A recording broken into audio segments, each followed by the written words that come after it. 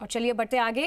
Congress screening committee की बैठक आज होनी है 15 जीआरजी कांग्रेस वॉर रूम में। शाम 5 बजे ये बैठक होगी। Screening committee chairman Gaurav Gogoi की अध्यक्षता में ये बैठक होने वाली है।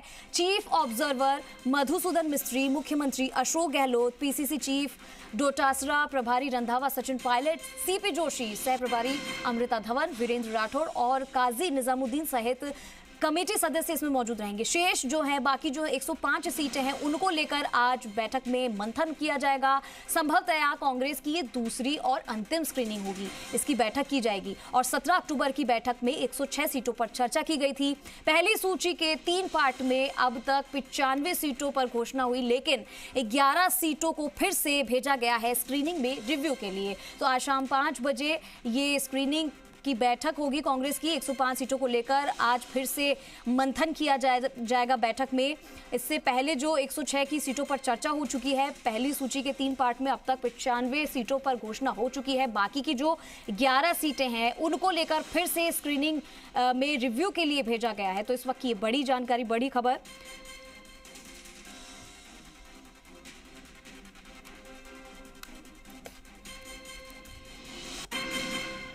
और इसी पर ज्यादा जानकारी के लिए दिल्ली से हमारे साथ हमारे संवाददाता निजाम लाइव जुड़ चुके हैं। निजाम, मैं आपके पास आना चाहूंगी। देखिए, आज शाम 5 बजे फिर से कांग्रेस स्क्रीनिंग कमेटी की बैठक होने वाली है। इसको लेकर क्या ताजा अपडेट्स हैं, क्योंकि अब तक हम जो भी अपडेट्स हैं वो हमारे दर्शकों तक पहुंचा रहे हैं। निजाम।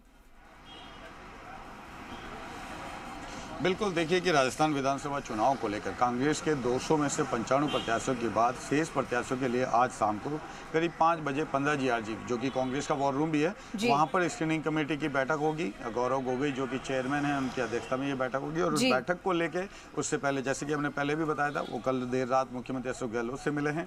इसके साथ ही अभी कुछ ही देर में जो है पीसीसी चीफ डोटासरा और साथ ही रंधावा जो है वो दिल्ली पहुंचने वाले हैं और वो सीधी उनकी मुलाकात गौरव गोगोई से होगी। लेकिन 5 बजे जो है ये बैठक होगी और बैठक में सभी लोग, जो खासतौर से मधुसूदन मिस्त्री है, मुख्यमंत्री अशोक गहलोत है, सचिन पायलट है, इसके साथ ही जो जैसे पीसीसी चीफ, प्रभारी, तीनों सह प्रभारी और जो कमेटी के सदस्य वो सभी उसमें मौजूद रहेंगे। सीपी जोशी भी रहेंगे। यानी कि जो पहली सूची में, जो कह सकते हैं पहली सूची के 3 पार्ट हो चुके हैं, 95 सीटों पर घोषणा हो चुकी है और चूंकि 11 सीटें शेष रही थी जिन पे 106 सीटों पे सीईसी के दौरान मंथन हुआ था, एक तरह से हरी झंडी भी मिली थी। लेकिन कई चीज़ें, परिस्थितियाँ बदली और उसके बाद कई लोगों ने, जैसे चुनाव जो कह सकते हैं कि शोभा रानी जैसे लोगों ने वापस कांग्रेस से भी जुड़े हैं, कांग्रेस ने कुछ लोगों को जोड़ा है और इसके साथ ही कुछ लोग जो हैं उनको लेकर विवाद भी है, कुछ टिकटों को लेकर विवाद भी है। अगर कहीं हाईकमान भी असंतुष्टि जता चुका। इन सभी कारणों के चलते 11 सीटों पे जो है एक बार फिर से रिव्यू के लिए स्क्रीनिंग के पास आ गई है। शेष जो 94 सीटें थी, 94 सीटें हैं, उनको लेकर आप पूरी तरह से आज मंथन होगा। और इसके साथ ही जो कह सकते हैं 31 तारीख को संभवतः, अभी कोई तारीख फिक्स नहीं है, लेकिन जो सूत्र बता रहे हैं उसके अनुसार 31 तारीख को निजाम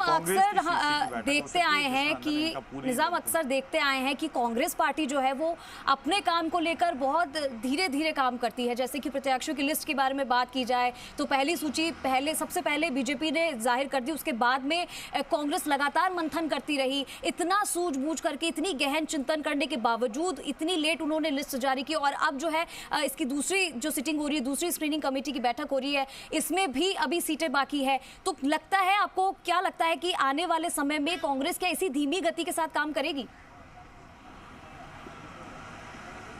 देखिए, ये बीजेपी और कांग्रेस का सबसे बड़ा जो अंतर आता है किसी चीज़ में, वो आता है, अगर बात करें तो संगठन का, जो कि देखिए फिलहाल जो है बीजेपी का संगठन मजबूत है, उसका कैडर बेस्ड संगठन काफ़ी मजबूत है। इधर दूसरी तरफ कांग्रेस की स्थिति थोड़ी अलग है। अगर देखें तो विपक्ष में है बीजेपी, जिसके चलते उसके पास समय मिला और उसके साथ ही उनके पास जो पिछले 1-1.5 साल से वो कवायद कर रहे थे उसका फ़ायदा समय पर हुआ।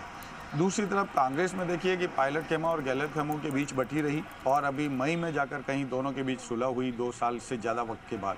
ऐसे में ना तो नियुक्तियां हो पाई, नई संगठन स्तर पर बदलाव हो पाया। तीसरी सबसे महत्वपूर्ण बात है, जिस तरीके से अगर कहें कि राजस्थान में अगर जो प्रभारी सह प्रभारी की टीम लगातार पिछले 1-1.5 साल से काम कर रही थी, लेकिन ऐन मोमेंट पे सितंबर के तीसरे सप्ताह में राहुल गांधी के बयान ने सब कुछ एक तरह से फिर से शुरू करने के लिए बाध्य कर दिया। क्योंकि जैसे ही राहुल गांधी ने कहा कि राजस्थान में हम फाइट में और 3 राज्यों में सरकार आ रही है, तो उसके बाद स्थितियां और बदल गई। मधुसूदन मिस्त्री जो कि चीफ ऑब्जर्वर बना के भेजे गए, 25 लोगों की टीम उनके साथ भेजी गई और सेंथिल को भेजा गया। उसके बाद फिर से नई तरह से कवायद हुई, तो उस सब का प्रभाव जो है इस पे पड़ा। और इसके साथ ही सबसे महत्वपूर्ण बात देखिए कि राजस्थान को लेकर जिस तरीके से कांग्रेस हाईकमान और राजस्थान के बीच जो चीज़ें पिछले 2 महीने में घटित हुई, उसका प्रभाव भी इस पर नजर आया। फिलहाल कह सकते हैं कि कांग्रेस में ये एक रणनीति भी होती है। कई बार कांग्रेस में जो खेमे होते हैं उसमें रणनीति होती है कि उनको टिकट नहीं दिया जाए या इसको नहीं दिया जाए। एक विरोध भी एक बड़ा कारण होता है।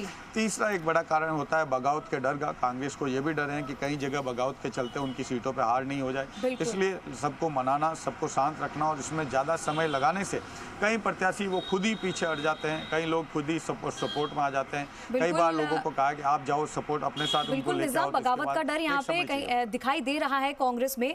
बात करें अगर जोशी धारीवाल और धर्मेंद्र राठौड़ की, तो क्या उन्हें टिकट मिलता हुआ नजर आ रहा है?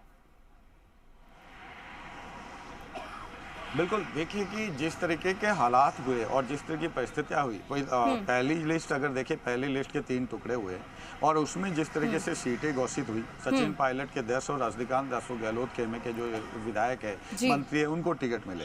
यानी कि पहली साफ तौर से अशोक गहलोत जो है, मुख्यमंत्री अशोक गहलोत की छाप उस पर दिखती है और उनका प्रभाव भी नजर आता है। ये क्या है, पर्दे के पीछे की कहानी है, इसके बहुत सारे कारण होते हैं, बहुत सारे रीजन भी है। फिलहाल कांग्रेस जो है कह सकते हैं 4 विधानसभा 5 विधानसभा चुनाव के साथ लोकसभा में लड़ने जा रही है, उसके भी अपनी कई कमजोरियां। दूसरी तरफ राजस्थान को लेकर जो उनकी रिपोर्ट है वो भी उनका बड़ा आदान है। लेकिन सबसे बड़ा जो महत्वपूर्ण बात यही है कि किस तरीके से अगर आज की तारीख में देखें तो तीनों मंत्रियों को जिस तरह से आज बात करें, हाईकमान की बात नहीं मानी गई थी, लेकिन कांग्रेस के एक दिग्गज नेता था जो कि अजय माकन की रिपोर्ट पे ये सब कुछ हुआ था, उन्हीं अजय माकन ने बाद में कांग्रेस में कहा, चूंकि ये तीनों कांग्रेस के नेता हैं और अभी तक उन्होंने कांग्रेस नहीं छोड़ी है। ये जरूर है कि उन्होंने हाईकमान की बात नहीं मानी, लेकिन है तो हमारे।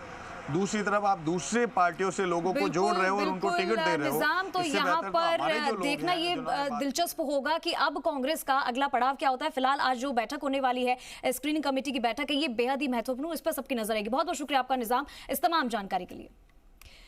और चलिए खबरों का रुख करते